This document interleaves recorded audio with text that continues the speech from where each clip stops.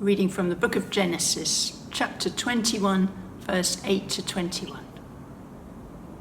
The child grew and was weaned, and Abraham made a great feast on the day that Isaac was weaned.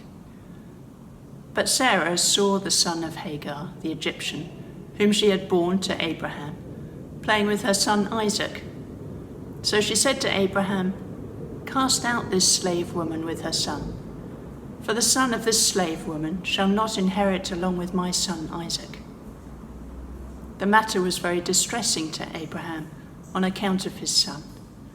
But God said to Abraham, "Do not be distressed because of the boy and because of your slave woman.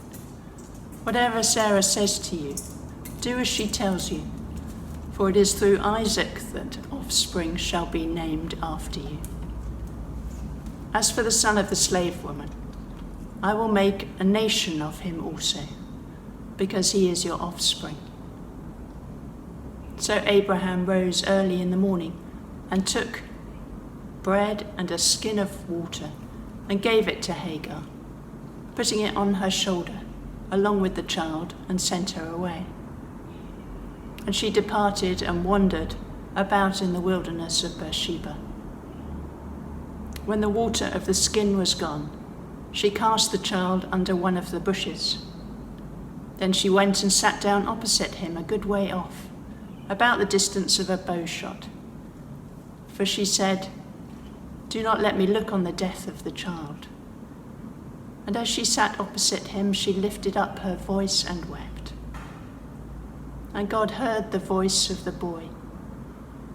And the angel of God called to Hagar from heaven and said to her, "What troubles you, Hagar? Do not be afraid, for God has heard the voice of the boy where he is. Come, lift up the boy and hold him fast with your hand, for I will make a great nation of him." Then God opened her eyes, and she saw a well of water.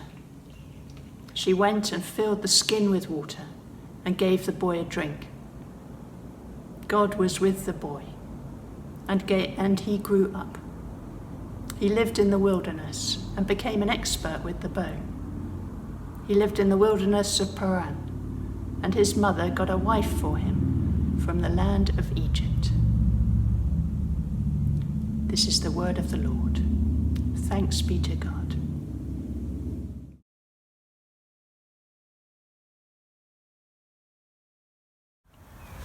Out of the depths, not from the top of our lungs, not out of the need just to do something, not out of pure frustration, anger, desire for revenge, not out of the superficiality of our restlessness, out of the very depths of our being, we cry to God for peace.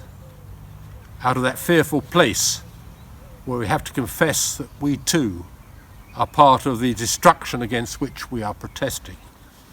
Out of that centre where we discover that we too are so high up in the air that we have become numb and no longer see, feel or hear the agony of thousands who are struck by the seeds of destruction. Out of that empty spot of silence where we feel helpless, embarrassed and powerless, where we suffer from our own impotence to stop the reign of death in our world. Out of those depths we cry to the Lord and say, "Lord, have mercy. Christ, have mercy. Lord, have mercy." Amen.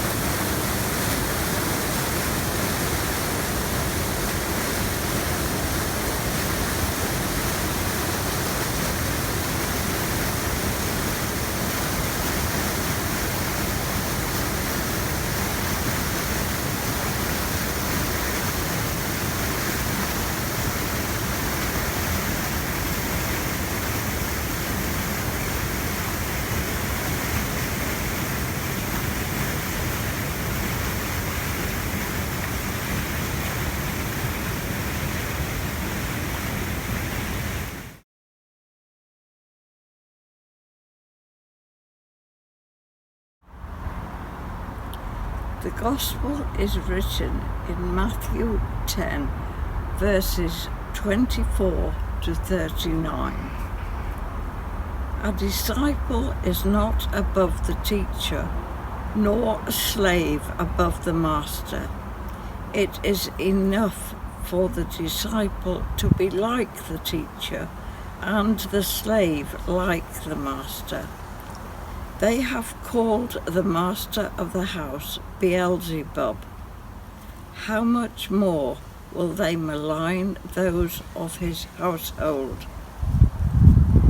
So have no fear of them, for nothing is covered up that will not be uncovered, and nothing secret that will not become known. What I say to you in the dark, tell in the light, and what you hear whispered, proclaim from the housetops. Do not fear those who kill the body, but cannot kill the soul. Rather, fear him who can destroy both soul and body in hell. Are not 2 sparrows sold for a penny? Yet not one of them will fall to the ground unperceived by your Father, and even the hairs of your head are all counted. So do not be afraid. You are of more value than many sparrows. Everyone, therefore, who acknowledges me before others, I also will acknowledge before my Father in heaven.